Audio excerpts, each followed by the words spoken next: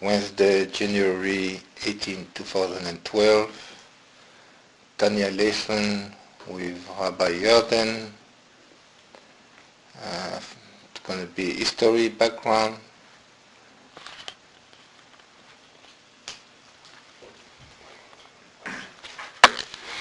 All right, we're going to do today a little bit of the history behind the Tanya. But this is not the history behind the writing of the Tanya. It's the history behind the philosophy behind the Tanya. Which, again, if you know Hasidus, a lot of it, I think you'll probably know. But Hasidus starts with the Baal Shem Tov. The Baal Shem Tov is the founder of Hasidus at large. When people say Hasidus, it doesn't just mean Chabad. It could mean Breslov, Berdichev, Skver. You have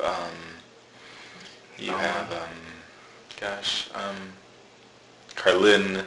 You have Berdichev. I think I said Berdichev. There's many, many different sects of Hasidus. And they all come from the Baal Shem Tov. The Baal Shem Tov's father, I believe, was the Adam Baal Shem, and after the Adam Baal Shem, you have the Baal Shem Tov. Some want to say that the Baal Shem Tov was actually born before, and he lived a life of piousness, but self-inclusive piousness. He didn't do anything for anyone else. And then he passed away and he went before the heaven, and they said that you had such a great potential and you didn't use it for anyone else. And he was told to come back down to use it for others. Some people say it's not true, some people say it is true. But when he was born as the Baal Shem Tov, he very quickly started a movement that was new to Judaism. And it was a challenged movement. It was challenged by a lot of people for many different reasons. His movement was to go to the common folk and to talk to the common folk stories of Judaism. This was the Baal Shem Tov. The Baal Shem Tov is known for miracle stories that almost challenged the Eliyahu Hanavi himself. He has so many stories going around about him, and they say you have to be a fool to believe every Baal Shem Tov story, and maybe you have to be a fool to believe that they can't be true. So this is the Baal Shem Tov. What made the Baal Shem Tov such a challenge is that he introduced a new philosophy to Judaism at a time when philosophy was coming in style.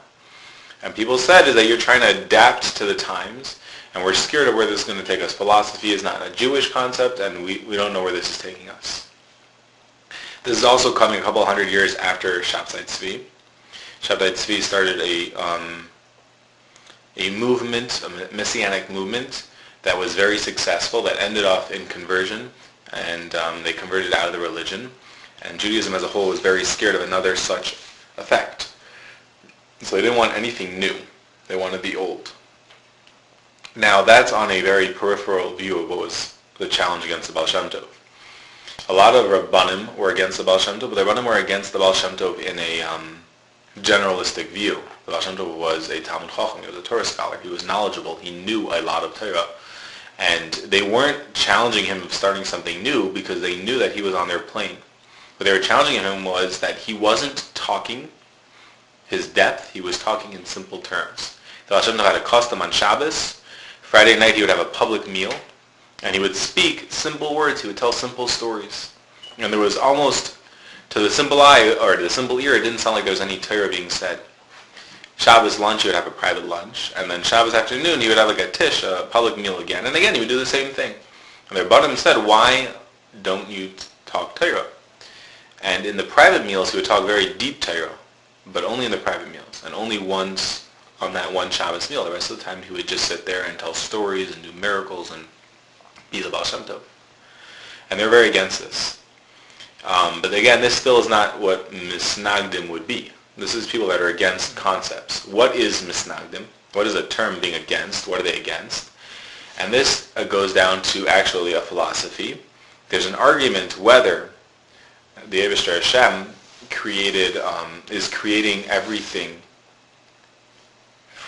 in every spot. In other words, is God in the bathroom? Is God creating the bathroom from within the bathroom? Is God in a church creating a church? Is God within evil creating evil? Or is God on the outside and is giving life to this from the outside? And to the general opinion at the time, God was not in a bathroom. Because if God's in a bathroom, you study Torah in a bathroom. God is not in a church, because if God was in a church, there's truth to the church. He's on the outside in whatever way he gives life to it and he creates it. But it's not a holy place. Well, the Alter Rebbe said it's not possible that God cannot be somewhere. His philosophy is that God is everywhere, and God is everything. So God is in the bathroom. God is the bathroom. This is misnagid. This is the idea of being a misnagid. It's not a negative thing. It's a philosophical debate about where God is. If you want to say Bin Laden, God is Bin Laden. Bin Laden is a part of God. Or do you want to say, no, he's an offshoot, a creation, a side creation of God. The people on an intellectual plane, that was their entire argument with Baal Shem Tov, never got dirty, so to speak. They never got beyond that. That was the argument. And that argument, for example, you have the Briskers. The Briskers intellectually disagreed with the Alter Rebbe, with the Baal Shem Tov. They disagreed with this philosophy of Chassidim, but they weren't against Chassidim in any way. They intellectually said, we don't agree with this. We hold of the other side. Well, God is not in the bathroom. He holds it on the outside, giving forth to the bathroom. But we respect your opinion, and we respect who you are, and we respect what you do. That would be some. Then there was many that didn't even know this opinion existed. This was the debate, and they, for whatever reasons, latched onto Baal Shem Tov and attacked the Baal Shem Tov in many ways. They say the Vilna Gaon actually was debatable which side he was on. On the idea of Kabbalah, on the idea of philosophy, he had a lot of opinions. They weren't so publicized because his followers weren't so into it, but he was a deep Kabbalist. He was considered a master of Kabbalah. And in the philosophical plane, he respected the opinion. He didn't necessarily disagree, and even if he did disagree, it was out of respect. But because of the other contentions that were brought to him, first that the Baal Shem Tov was starting a new movement, he's starting a new Judaism, he disagreed strongly with this trend that was started from the Baal Shem Tov. That's later. The Vilna Gaon is not the Baal Shem Tov's contemporary. He's a couple generations after him. But either way, those are some examples of this. Now the Baal Shem Tov started a movement, and what he did differently than anyone else is that he judged people not based on their intellectual prowess, but on their spiritual standings. Everyone else said that if someone is born to the right family and has the right education and comes out as a Talmud Chacham, these are obviously the people that need to give over the Torah. We have to teach to those who are the most intellectual. They'll teach a little bit to lessers, and they'll teach a little lessers until it goes all the way down like a pyramid.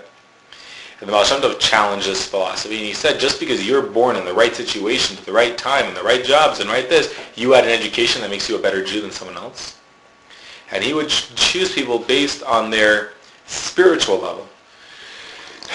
And some of them were Torah giants, and some of them were more simple people, but they were spiritually giants. And people would come to Baal Shem Tov, and they would try to become one of his followers, a chassid, and some he would accept, and some he would refrain. He would not accept. And of the people he wouldn't accept, some would stick around and say, even though I wasn't accepted, this is the truth, and this is where I want to be near. So I won't be able to go to his private Shabbos meals, but if I clean up, maybe I'll hear from someone who was inside what was taught. And some said, if he's not accepting me, this isn't the place for me. And there's many stories of people that were on the outsiders and how they acted. There's a story, well, we'll get to the story later, but there's a story of also the Baal Shem Tov's successor, the Maggid. He did the same thing and how his followers acted. It's said that the Baal Shem Tov, when he was in heaven, when he was getting ready to come down, he requested 60 followers. And this was granted to him, so he chose them very carefully. He knew he could only have 60, so he had outsiders that he didn't let in because he didn't want to be one of the 60, but they were still on the outside, and they still had Torah, and they still had a lot of these concepts.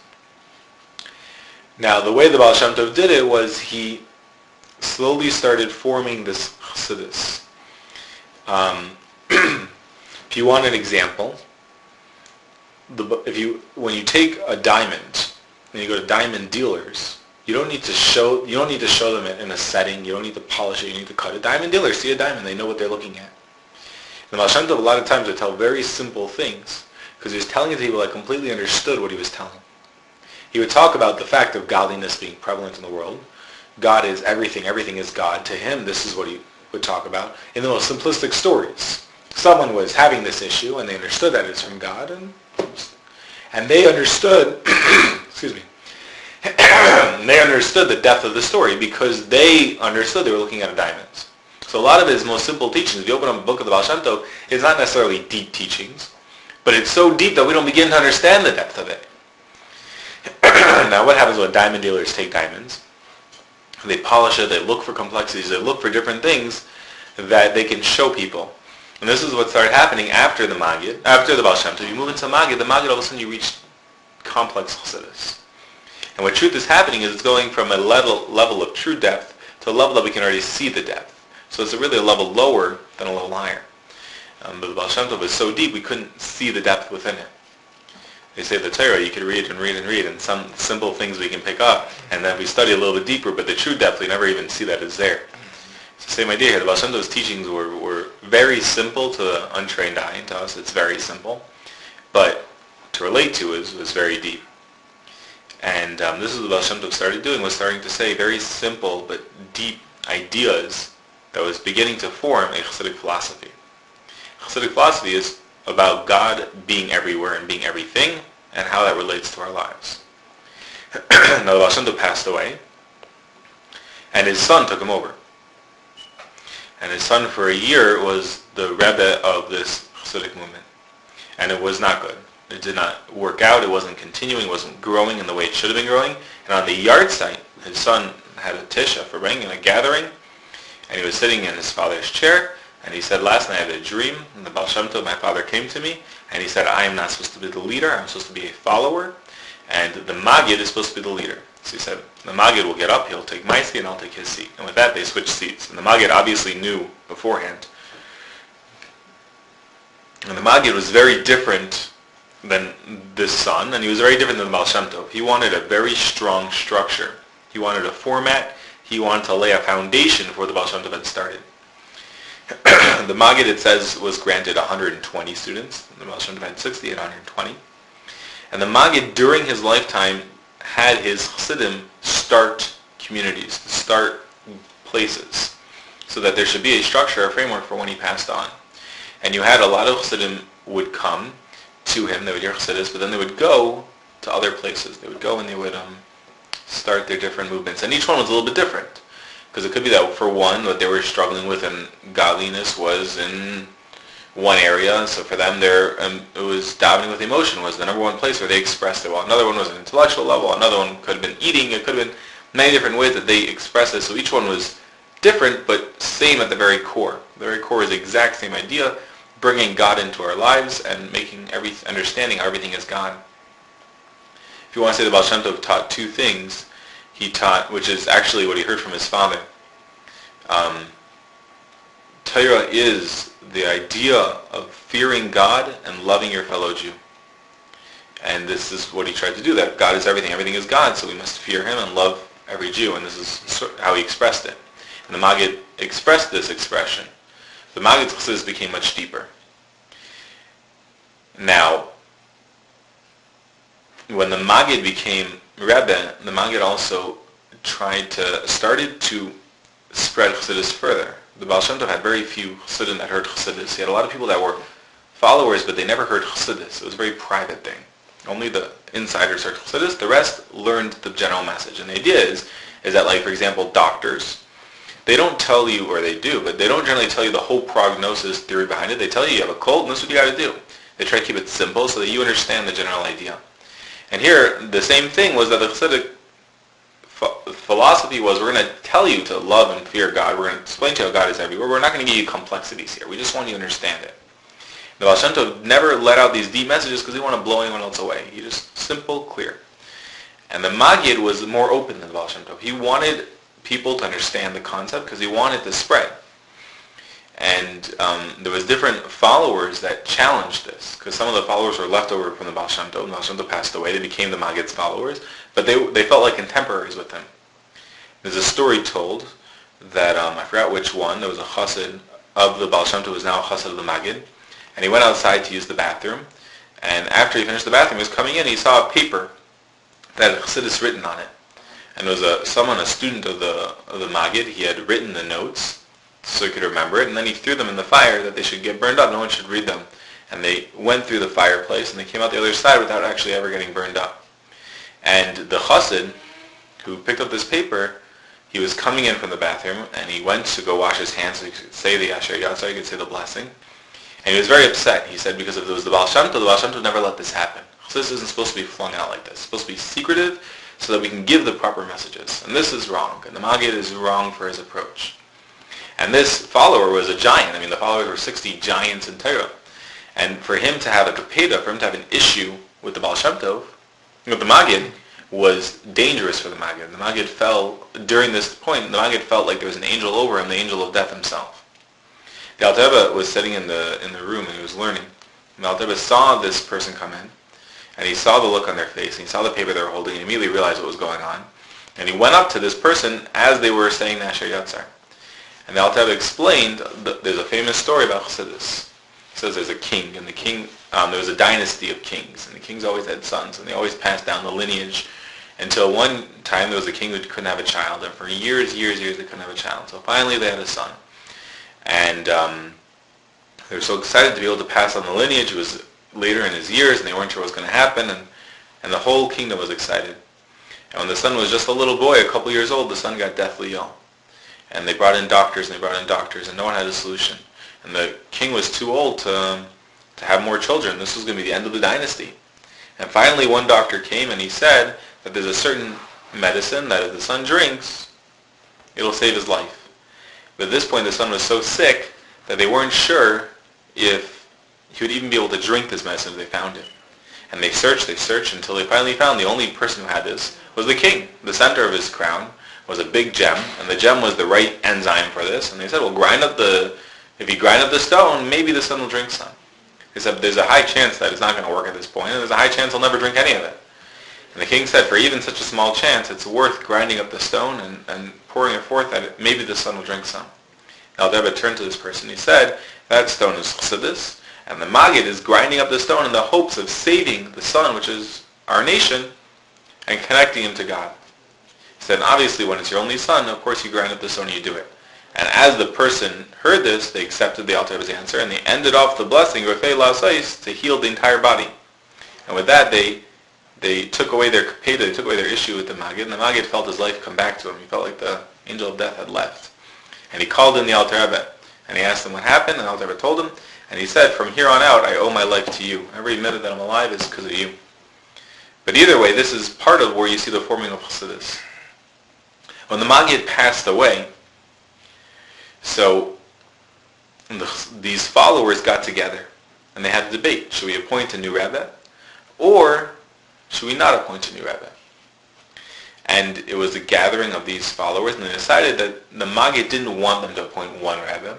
He wanted them to start each one their own sects. That's what they decided. And they decided they were going to write certain rules that all the sects had to follow, but a lot of it was going to be very open. In other words, each one was a giant and a leader at this point because the Maggid established them as a Rebbe. And they were not tied to each other, but in a certain degree they were tied to each other. One of the things they were tied to each other was to fight misnagdim, that those who were challenging them, they would challenge back. And for this they appointed the Alter Rebbe as the head for this, that he would lead this fight, but they would all be in it together. They agreed together that they would support people learning in Israel. At the time it was very common that you would send a couple of people to learn in Israel and you'd support them. This would be as if everyone learned in Israel. Like this, everyone had a part in learning. So they decided to send a group, and actually Alter Rebbe requested to be on the group, and he was denied because of the misnagdim, they felt he needed to be there. He wanted to go because his teacher was going and he wanted to follow his teacher, but they didn't let him. They decided they're going to have that group, and they decided they're going to meet once every 5 years. That wasn't one of the three decisions. They decided they're going to meet once every 5 years. Third decision is that they decided that each person was going to be allowed to teach Hasidus the way they saw it, as long as it was the Baal Shem Tov's message. As long as the Baal Shem Tov's idea, they could do it however they want in their area. What they did was they took Europe and Russia and they divided it into segments, into portions, that within your portion, you could teach Hasidus how you want. If you went to someone else's portion, you had to respect them.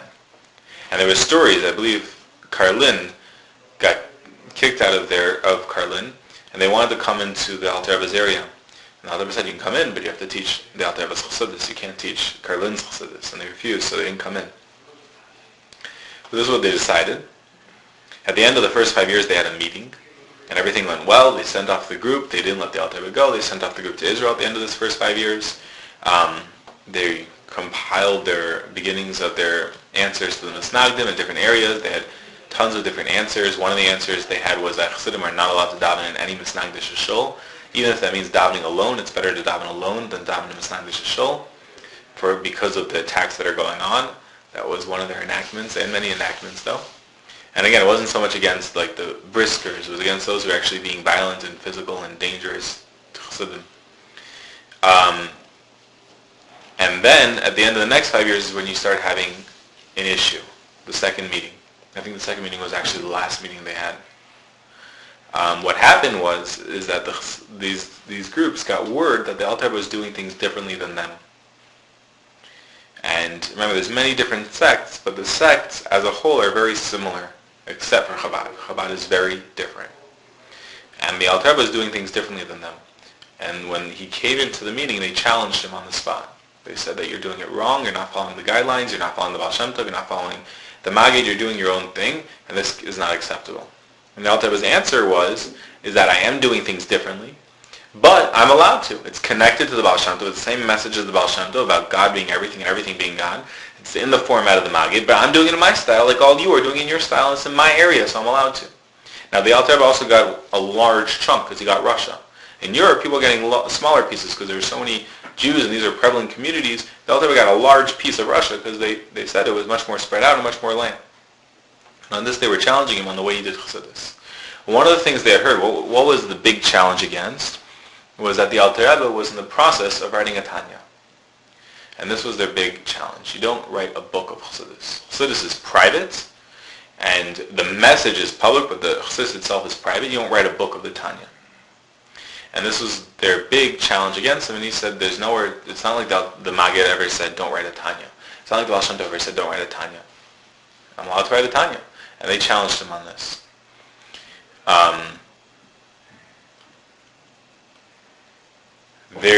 To understand it, the Alter Rebbe to understand a little bit about the Alter Rebbe, the Alter Rebbe was one of the youngest Chassidim of the Maggid. The Alter Rebbe never saw the Baal Shem Tov, which was rare for most of the Chassidim. For most of the Chassidim of the Maggid, most of them had seen the Baal Shem Tov. And there was reasons for this. I mean, the Alter Rebbe it says that the Baal Shem Tov knew of the Alter Rebbe. His father was a Chassidish person in these circles. And the Baal Shem Tov said, I don't want to see him because he is for the Maggid. He's the Maggid's Chassid. And like this, the Baal Shem Tov never saw the Alter Rebbe. And the first time the Alter Rebbe was brought to Chassidus was the day the Baal Shem Tov passed away. The next day he met the Maggid. And the Alter Rebbe was saved from the Maggid. The Alter Rebbe also was considered the prized chassid of the Maggid. He was the chosen pupil of the Maggid. To the point that everyone always, when they would have an issue, they would ask the Alter Rebbe about it. The story of two business people, they used to come into the Maggid for chassidus. And one time they came in and they were there for a couple of weeks and they stayed for a Shabbos. They heard a mimer, a giving of the Maggid. And afterwards they said, we're going to leave now. And they went to the Maggid and they said, we're going to continue on our way. And the Maggid said, what did you take from here? And they repeated, obviously if they were allowed to hear chassidus, they were giants in Torah and they were giants in, spirituality and of the sorts. And they repeated what he had said, the mimer, the discourse, word for word. The Maggid said, you said it wrong. So they were very concerned about this and they stayed for another week. At the end of this week, they listened to another discourse from the Maggid. And they repeated it to a few people that were there, and they said, yes, you understand it, whatever it is. And again, the same thing happened. They went, they repeated it, and again, the same thing happened. He said, you said it all wrong. And again, the third week went like this. And at the end of the third week, the same thing happening, they said, well, we don't understand. So he said, go to the Alter Rebbe. The Alter Rebbe will explain it to you. And they went and said Alter Rebbe, and the Alter Rebbe, they said it to Alter Rebbe, and the Alter Rebbe said, no, you said it wrong. And he repeated it word for word the same way they said it. But when he said it, he made all the movements, and he coughed where the Maggid coughed, and he chuckled where the Maggid chuckled. And they understood that there's something more than just the words. There's a whole emotional thing that goes along with it that they weren't getting. Like this, they stayed for a little while to work on understanding this also until they were able to at least understand this concept existed. This is who the Alter Rebbe was. The Alter Rebbe wasn't just one of the followers. He was considered the prized chassid of the Maggid, though he was not appointed in charge. They were all equal. Now, Chabad at this point, with the Alter Rebbe, took a very different stance than other Hasidism.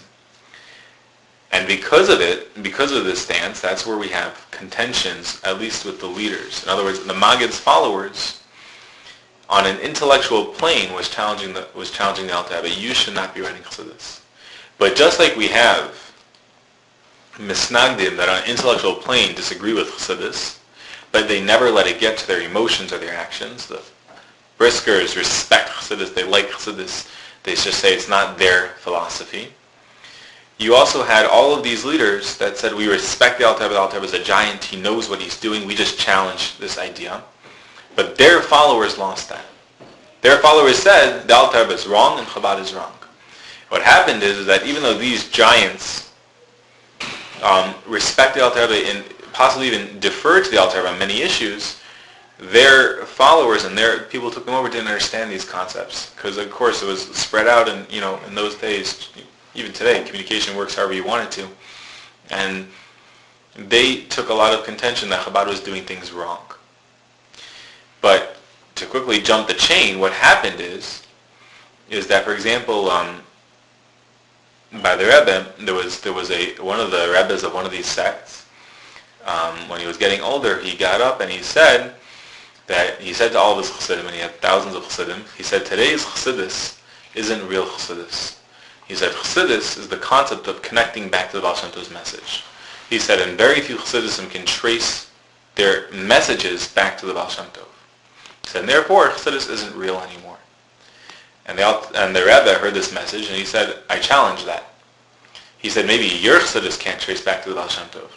But my chassidus can, because it's all written down. It's all public knowledge. You can read the Alter Rebbe's message, you can read the Mittler Rebbe's message, the Tzemach Tzedek, you can read them all, and it's all right there. And this is where the change became apparent. That since the way chassidus worked was that a Rebbe had the chassidus private, but had the messages public. So maybe the Rebbe would learn some deep concept and then say, and now what we're going to do is we're going to talk at the Tish, we're going to talk about the Shabbos table, about the idea of Gefilte Fish, and talk about something light. He was infusing those words with the concepts of depth. Now, what would happen is the Rebbe would choose a successor, and the Rebbe would tell the successor these deep Chassidic concepts. He wouldn't write it down, though. And what would happen if the Rebbe got sick and he passed away early? So that Chassidus all of a sudden didn't have these depths. They only had the general concepts. And they lost their connection to Baal Shem Tov. So therefore, there are sects today that do have it, and there are sects that don't have it. There are sects that connect back to Baal Shem Tov and they're real Chassidus. There are sects that don't. And we can't even say which ones do or which ones don't because we're not sure. We can say for sure that Chabad does because it's all written down. This also portrays itself differently, that Chabad by its name is Chachma Bina Das, which is intellect. Chabad's primary focus was on the intellectual plane. The rest of Hasidism kept the intellect to their bane. They had the deep intellect. And the followers worked on Chagas, they worked on their emotions, which is fine. It's not wrong, just different. This shows up also in that Chabad has hundreds of books of Chabad Hasidus concepts, while other sects don't have. They have very few. Some sects don't have any. They don't have any written books. What they do have is they have tons and tons of written books of stories. Chabad until late never had written books of stories. Why do they have so many written books of stories? It's because for them this is a way of connecting to godliness. A miracle story, even though you may not relate to it, you may not believe in it, it brings to mind that there could be something greater, there could be godliness, there could be power here. And the Rebbe actually instituted, the Frierdiker Rebbe and the Rebbe instituted that Chabad should also have such books of miracle stories, because they said in this generation we need everything we can to connect to the idea of God and godliness being everywhere, and they started printing these books too. But this also leads to the concept of what a lot of Hasidic customs are. Hasidic customs are based on the idea of revealing godliness. And it could be that the Rebbe understood it on a deeper level and Hasidim didn't understand it. Or it could be that some of them the Hasidim understood, but what they were doing was they were taking actions to define this concept. But this leads us to the Tanya, because the Tanya, the idea is this is the beginning of the difference between Chabad and other Hasidism. There's a story told that when the Alter Rebbe wrote his Tanya, he had a few copies that he sent out with a few Hasidim to show to a few people to look over. There's one story of a Chassid that he gave him the Tanya, and the Alter Rebbe said, I want you to go to a certain town, and in that town you'll find a movie theater, a play theater. You'll go in the play theater, and I want you to sit with the Tanya. He said, and then after you sit with the Tanya, I want you to come back, and I do not want you to pass the Berditchev. I don't want you to go anywhere near Rabbi Yitzchak Berditchev. This is the story he told. And this is what he told him to do. And the chassid went. He went to this town. He found the play theater, and he sat down. He didn't know what to do because he didn't watch plays. And he went to sleep. He wakes up well after the play's over by a custodian, by one of the people cleaning the theater. And they said, what are you doing here? The person said, I was told to come here, and I went here, and I went to sleep. They said, who told you? And they said, I was told by the Alter Rebbe to come here. This person said, why? He said, I don't know. I brought a book, and that's what I was told to do. So the person said, what book is it? And they, Tanya. They said, okay, this is for me. And they sat down next to this chassid, and they started reading the Tanya. And they read it from the beginning until the end, word for word, right there. And it took them the entire night. But the next morning, this person smiled, and they said, go to Alter Rebbe, you can tell the Alter Rebbe, thank you for sharing it, and it's a work of art. It's Pashut hidden gems. And with this, they said, they closed the book, and this chassid realized obviously that was a person they're supposed to meet, and they came back. But on the way back, there was a storm, or there was confusion, and they ended up near the town of Berditchev. And a person met them as they were taking the path, as they were walking wherever it was in the forest, and they said, are you so-and-so? And this chassid answered, yes, that's me. And they said, are you from the Alter Rebbe? And they said, yes. He said, I want you to come with me. And they brought them to the Rabbi Yitzchak. And the chassid didn't want to show Rabbi Yitzchak the book, but it was already used in front of Rabbi Yitzchak, and it wasn't exactly easy to hide. And Rabbi Yitzchak said, you're holding a book that I need to see. He says, I feel that you're holding a book. And Rabbi Yitzchak took the book, and he started reading the Tanya. But the way he read it is that he as he was reading, he kept saying lichtig, lichtig as he was reading it. And he read it from beginning to end. And he was very impressed. He said, you're going back to Alter Rebbe, you can tell Alter Rebbe it's an amazing book. It's an amazing book. And he gave a lot of compliments and praises. And the chassid came back to Alter Rebbe, and he gave the Alter Rebbe the book. He wasn't sure if he should tell the Alter Rebbe that he bumped into Rabbi Yitzchak or not. The Alter Rebbe took the Tanya and he said, you saw Rabbi Yitzchak, didn't you? He said, yeah. He said, Rabbi Yitzchak, and he asked him what happened, and he told him. And the Alter Rebbe said, Rabbi Yitzchak removed so much light from this book by saying that. He tried to hide the light of chassidus. So you can only imagine how much more light there would have been in this Tanya. But this is part of the contentions. This is part of the controversies of the Alter Rebbe. Before we go back to Tanya, I should tell you one more story. There's a story by the Maggid. We said by the Maggid that by the Baal Shem Tov and the Maggid, they both had chassidim, and then they both had people that were on the outside. There were people that remained. They didn't leave, but they weren't allowed in. There's a story about Rabbi Aaron Karliner, the beginning of Karlin Chassidus. He passed away very young. He was placed by another Karliner Rebbe until his son, Reb Shlomo Karliner, took him over. I believe that's the order. Or I don't know so much about the Karliner. Or it's the other way around. I think it's Rabbi Aaron Karliner. He passed away young, and he had a son, Reb Shlomo Karliner, who was very young. And this other person who stepped in just until he was old enough took care of him. And they used to bring him to the Maggid. And one time, Shlomo Karliner, when he was a young kid, Shlomo Karliner as a young kid, he was a wild kid. Karlin Chassidus was wild and energetic and emotional. So he was running around. He was playing games by the Maggid's Beis Medrash. And there was someone there who was not a chassid, who was not on the inside, he was on the outside, and he was the grandson of the Bach. To give you an idea of who on the outside was, this is the grandson of the Bach. The Bach is commentary on Shulchan Aruch. You have the Torah.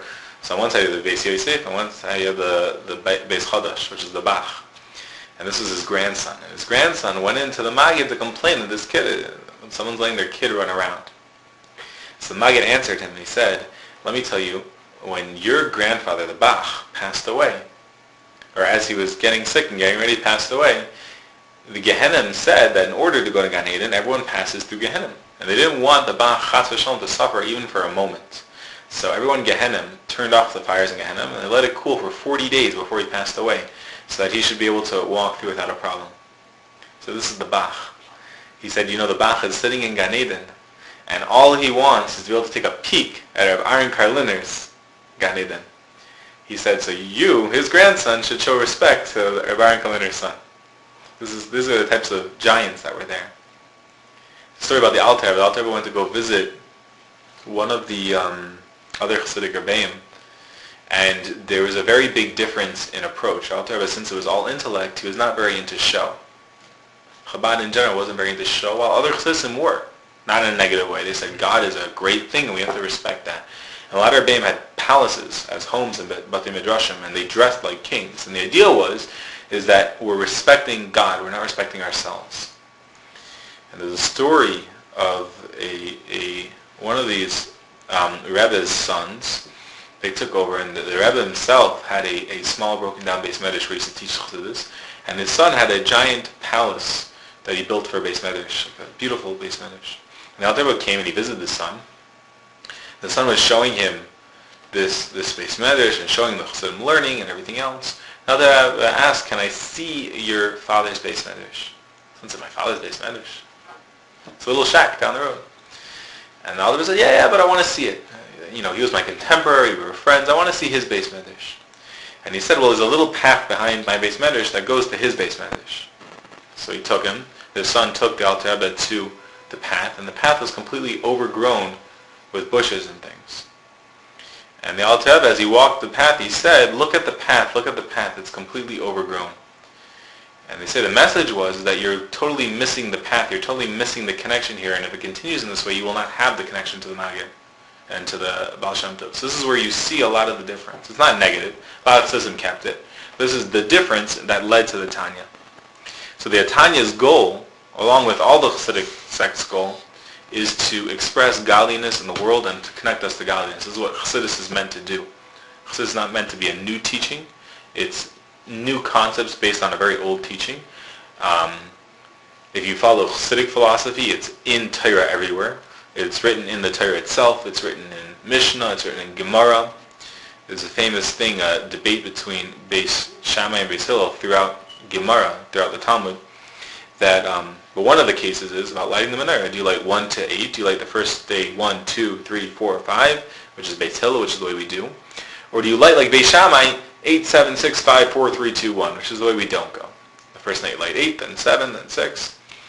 And if you study Talmud, you study Gemara, so this is the argument. They were debating how the laws should be done. If you study Hasidus, Hasidus will tell you what they're arguing is do you look at what's in front of you, what meets the eye? What meets the eye is on the first day there was 1 miracle, on the second day there was 2 miracles, on the third day there was 3 miracles. Or do you look deeper and say what's the potential in things? If you look at the potential, on the first day there was potential for 8 days for it to burn. There was a miracle here that was going to last 8 days. On the second day it was going to last 7. On the third day it was going to last 6. If you look at it this way, so then Beis Shammai should be right, because Beis Shammai is saying what's the potential of this item, not what's the practical, what's the potential. And Hasidus will tell you that this is a deep message, because do we judge things by what meets the eye, which is so possibly fake and unreal, or do you judge things by their true potential? If you want to say, do you judge a Jew by their Torah knowledge, or do you judge them by their connection to God? Their Torah knowledge is an outcome of the way they were brought up. Their connection to God is something that they cultivated. So which one's more real? And if you understand that that's the argument, you can understand that they're really going to argue about it. You're going to get into detail because for them this is the most important message possible. You know, understand that in the time of Galus where you can't see deeper, obviously you'll pass something like Beis Hillel because we don't know how long the miracle is going to last for. We don't know the potential of things, so you have to judge by what's on the front. By the pile, not the koyach. But in the times of Mashiach when we will know, so we'll judge like Beis Shammai because then we will know the potential of things. We will know the koyach. We will know the greatness of people. So, according to Chassidus, it was always there. And that's why people argued so definitely to the finest point, because they want to understand the true godliness in the matter. If you don't study Chassidus, it was an intellectual argument. That's exactly what it was, an intellectual, logical argument, based on Torah, and Torah is the foundation. But Chassidus believes it didn't start with the book of the Tanya, it didn't start with the Baal Shem Tov, it always was there, it was just very hidden. And now it's becoming more and more revealed as it's more and more necessary. You'll understand why the Baal Shem Tov did so many miracles. People had contentions against the Baal Shem Tov for doing miracles. They said, what was the purpose of these miracles? Why are you doing just miracles? No one did miracles until now. Why are you just doing miracles? And the Baal Shem Tov would tell you is that, or I don't know what he would tell you, but seemingly, the Baal Shem Tov would answer is that in this time, we have to show people that there's godliness everywhere. We have to do everything we can to reinvigorate the nation. But the idea that godliness is everywhere. And therefore, the Baal Shem Tov felt to do miracles is the most important thing. To talk to them as many Jews, as many concepts as possible was the most important thing. Not to focus on one small person, but to tell simple Jews simple stories and connect them to godliness. And that they were just as important as anyone else.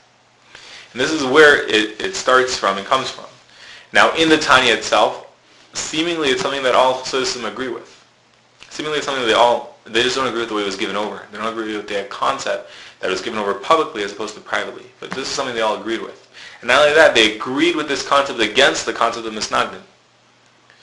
One of the reasons why the Alter Rebbe printed the Tanya was because Misnagdim were taking the Tanya, Misnagdim who didn't necessarily understand, and they were writing it wrong. They were doing typos on purpose. They were changing paragraphs. They were making it tabi curses. So people should look and say, the Chassidim are wrong. And on this, Chassidim agreed that it was completely wrong. And this Chassidim completely agreed that that is bad. And this is one of the reasons why the Alter Rebbe eventually came to publish the Tanya. He said if they copyright it, they can't do that. This stopped Misnagdim from making false copies, but then the Misnagdim did public burnings. They would burn as many Tanyas as they could. They also burned as many copies of the Alter Rebbe's Shulchan Aruch as they could. There are parts of the Alter Rebbe's Shulchan Aruch that we don't have today because of that. There's parts of, we don't have Hilchos Hanukkah, for example, from the Alter Rebbe. We have no clue what it is. There was, someone brought Hilchos Talmud Torah. The Alter Rebbe has two famous works beyond his Shulchan Aruch, which is amazing. Two famous works, Hilchos Talmud Torah and Hilchos Nido, which are considered just to be beyond. I mean, everything is beyond, but even for these two. And it says that they showed the Hilchos Talmud Torah to the Vilna Gaon. And the Vilna Gaon, not that he he respected the Alter Rebbe's greatness, he just was, I guess, misinformed about certain things. And they showed it to him, and he studied the Hilchos Talmud Torah, and he said that whoever put this together is a genius beyond his years. If whoever it is must have been from generations long ago for the organization here, for the way it was put together, for just the way it was written. They told him the Alter Rebbe, and he was the way the story goes is he was beyond impressed. So this is part of the Alter Rebbe's Shulchan Aruch, which at the time was the Shulchan Aruch that was used. It was the... Not the Lusato? What? Not the Reim Lusato? The Shulchan Aruch. Well, this was considered the next one. After this was replaced by Mishnah Berurah, by the general populace, not by Chabad. But every so often you write a new, up-to-date, the Shulchan Aruch says this, and there's 20 opinions, this is the defining opinion. He was the one who came out with the defining opinion, and for years this was the one that was used. It was a new style Shulchan Aruch, and it covered it until, I believe, the Mishnah Berurah came out. Mishnah Berurah came out, and so did the Aruch HaShulchan. They came out at the same time. The Mishnah Berurah came out by one person, and the Aruch HaShulchan came out actually by a chassid of, I believe it's Tzemach Tzedek. And the Aruch HaShulchan, a lot of Chabad defer to, though they use the Alter Rebbe Shulchan Aruch. And the Mishnah Berurah, the world at large uses, they defer to, though of course they also turn to the Shulchan Aruchs. So this is all in preempt to the Tanya. So a couple minutes, we'll go into the Tanya itself. The Tanya itself has its own mission statement, its own purpose, but of course its purpose must connect to the main purpose of expressing godliness in the world.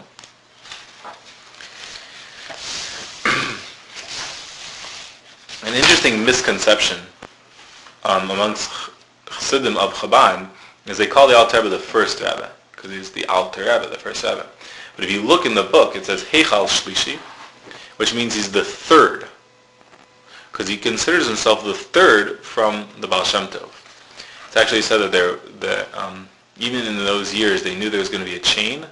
It was going to be of 7 Chabad Rebbeim and of 9 Rebbeim in total. So it's something that they always understood. There's actually, when it came down to the Rebbe, when it came down to the Rebbe's father-in-law, the Frierdiker Rebbe becoming Rebbe, Reb Levi Yitzchak challenged him on this. Not a Berditcher, Reb Levi Yitzchak, the Rebbe's father. And he said, I was told that the final Rebbe was supposed to come from my family. And you're number 7, which is the last. So really it's supposed to be me. And he wanted to be the Rebbe. And it said that the Frierdiker Rebbe answered him, I'm only the 6th, there will be a 7th, and it'll be from your family. And what were they arguing about is, do you count the Maggid as one of the Chabad Rebbeim? Because the Maggid, in essence, is the beginning of Chabad Hasidus. He already started this concept. And if you count the Adam Baal Shem, then the Baal Shem Tov is number 2. And then the Maggid is number 9, and then the Frierdiker Rebbe is number 9 or number 7. Or maybe there's only be 8 Rebbeim, and he'll be and he's the 7th Chabad Rebbe. What the Frierdiker Rebbe is answering is that the Baal Shem Tov is the beginning, and the Alter Rebbe is the beginning of Chabad Hasidus, and therefore I'm only number 6. And your son will be number 7. This is a story that wasn't publicized. Obviously, no one knew about this during the times of the Frierdiker Rebbe's life. But that also explains why, out of outside of Chabad Rebbes, we don't publish. There's no Chabad Hasidus books. You don't have books of any Hasidim. The only one you have is Rabbi Yitzchak. Because in essence, he could have been the Rebbe. He had the potential to be the Rebbe.